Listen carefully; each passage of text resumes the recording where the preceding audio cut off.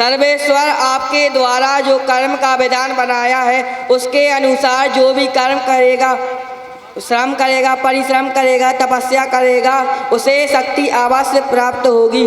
उस शक्ति को देना आपका कर्म है प्रभु।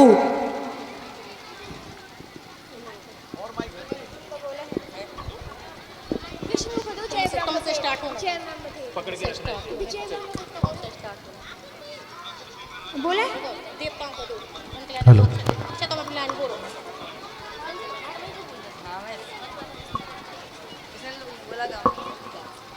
संज्ञा बोलिए।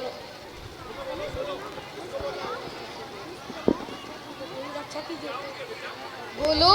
सच्चिदानंद, हे सृष्टि पालक, पापी रावण के अत्याचार से पीड़ित होकर ये पृथ्वी, ये गंधर्व, ये ऋषि मुनि, ये देवता आपकी शरण में आए हैं। रक्षा कीजिए प्रभु। रक्षा कीजिए प्रभु, रक्षा कीजिए। प्रभु, आपकी सृष्टि का भार धारण करना मेरा धर्म है, परंतु जब धर्म की जगह अधर्म का राज होता है तब अधर्म भी अनाचार से भ्रष्टाचार और अत्याचार की ज्वाला भड़क पड़ती है। जब अत्याचार इतने बढ़ जाते हैं तो मेरा शरीर जलने लगता है। मेरी रक्षा कीजिए।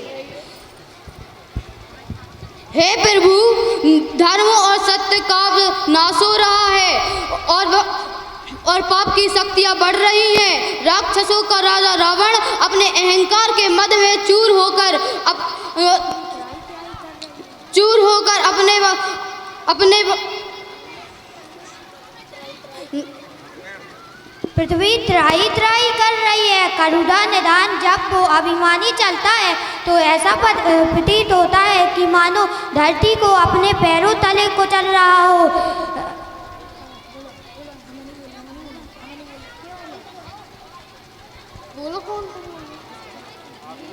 त्रिपुरारी पापी के पाप में ही उसका नाश छुपा रहता है। यह जो रावण समझता है कि उससे बढ़कर कोई शक्ति नहीं है, यह रावण का सबसे बड़ा अहंकार है। रावण ने अहंकार के कारण यह वरदान नहीं मांगा था कि मनुष्य और वानर के हाथों उसकी मृत्यु होगी।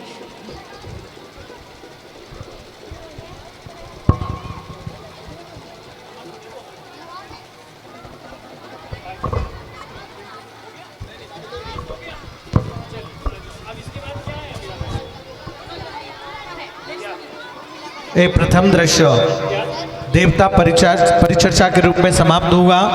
आपने देखा कि स्वर्ग लोक में, ब्रह्म लोक में ये चर्चा हुई कि पृथ्वी पर रावण का आतंक बढ़ता जा रहा है।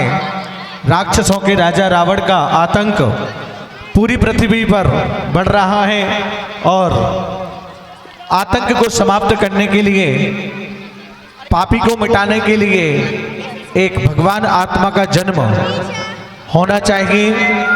तभी इस पृथ्वी पर पृथ्वी जन खुश रह सकते हैं। ये परिसंवाद देवताओं के बीच में हुआ और अगला दृश्य जन्म गीत के रूप में यहाँ पर गर्भधारण संस्कार, जो बच्चों में 16 संस्कार दिए जाते हैं, उसमें गर्भ